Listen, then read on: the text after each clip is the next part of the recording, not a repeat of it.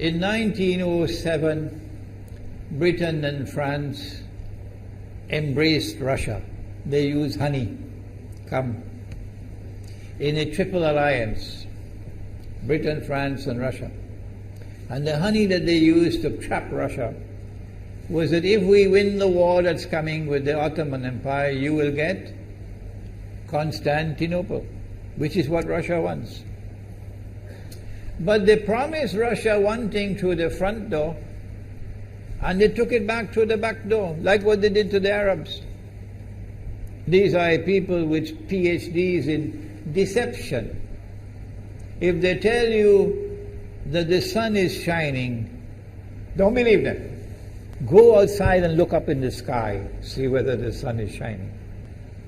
When the Russian army had fought in the First World War and had suffered the most losses, the brunt of the kill were Russians.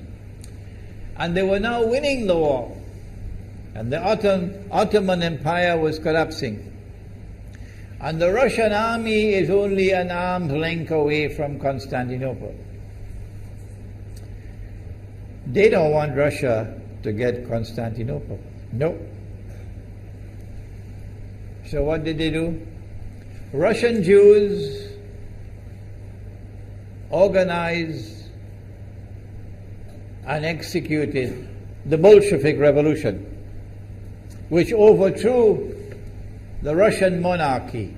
They killed the Tsar and the whole family, overthrew the government, and took Russia out of the war.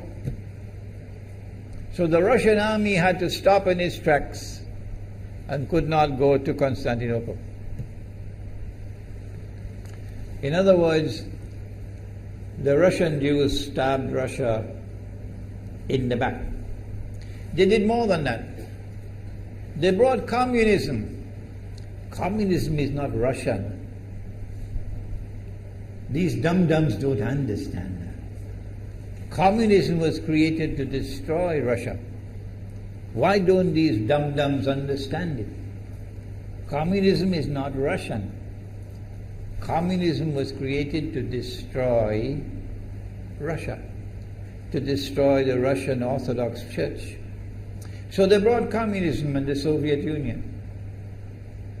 And for the next 60, 70 years, this Zionist-created entity called the Soviet Union waged war on religion, waged war on the Russian Orthodox Church, killed the priests, closed down the monasteries and churches and so on. 60, 70 years. And then, when the appropriate time came and Israel came into being, it is this same Soviet Union which opened the doors for millions of Russian Jews to now migrate to Israel. If you go to Israel today, you might believe you're in Russia. So many people speaking Russian. These are the Russian Jews. And then the Soviet Union, 6 years after Israel came into being, did something strange and mysterious. Crimea is Russian territory. Crimea is a part of Russia. The Soviet Union decided to give Crimea as a gift to Ukraine. Why did they do that? The historians don't tell you. So let Imran tell you. They gave Crimea to Ukraine in order to stab Russia in the back one more time. Because if Russia loses Crimea, it will enhance Israel's security. The Russian Navy is based in Crimea, and there is a straight line from Crimea to Constantinople.